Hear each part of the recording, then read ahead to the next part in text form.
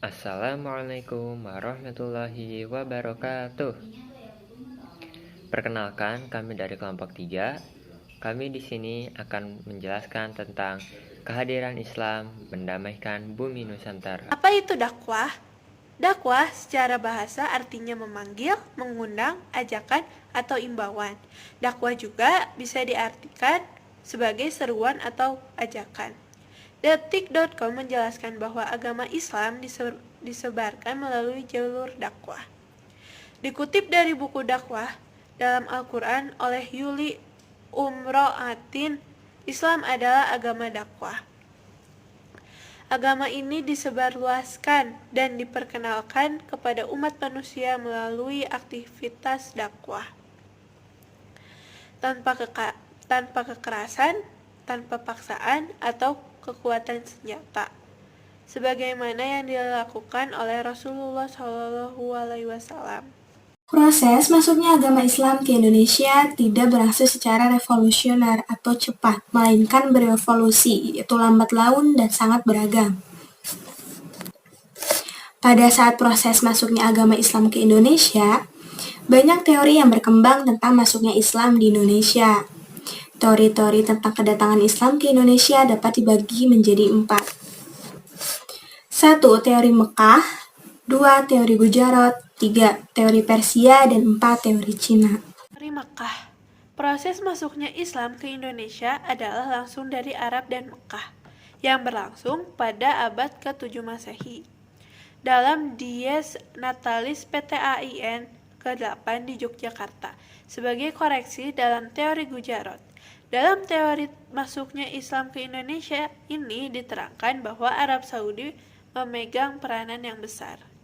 Hal ini dibuktikan setelah wafatnya Rasulullah SAW pada tahun 632 Masehi, di mana kepemimpinan Islam dipegang oleh para khalifah. Di bawah kepemimpinan itu, agama Islam disebarkan lebih luas, sehingga ke seluruh Timur Tengah, Afrika Utara, dan Spanyol. Kedua adalah teori Gujarat.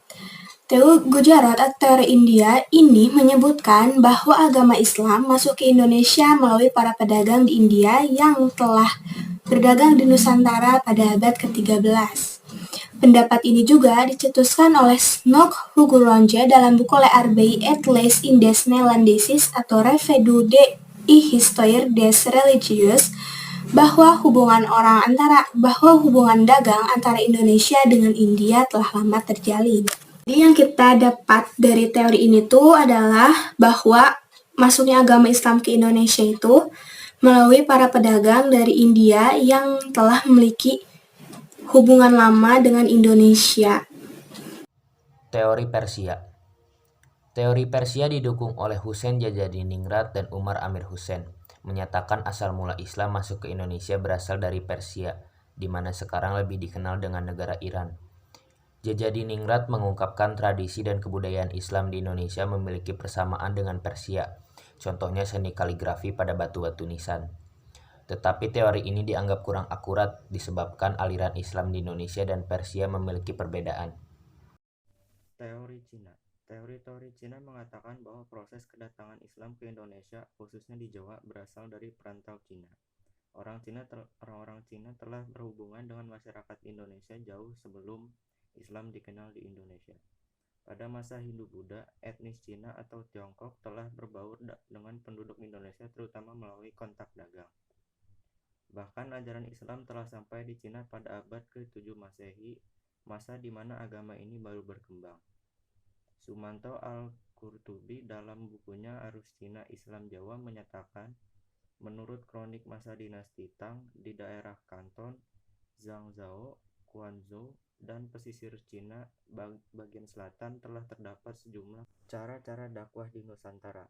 Pertama, pernikahan, pendidikan, perdagangan, hubungan sosial, dan yang terakhir kesenian.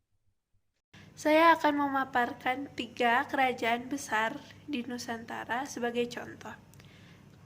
Pertama, Kerajaan Samudra Pasai. Kerajaan Pasai adalah kerajaan Islam pertama di Indonesia. Malik As-Saleh pendiri sekaligus raja pertama. Kedua, Kerajaan Aceh.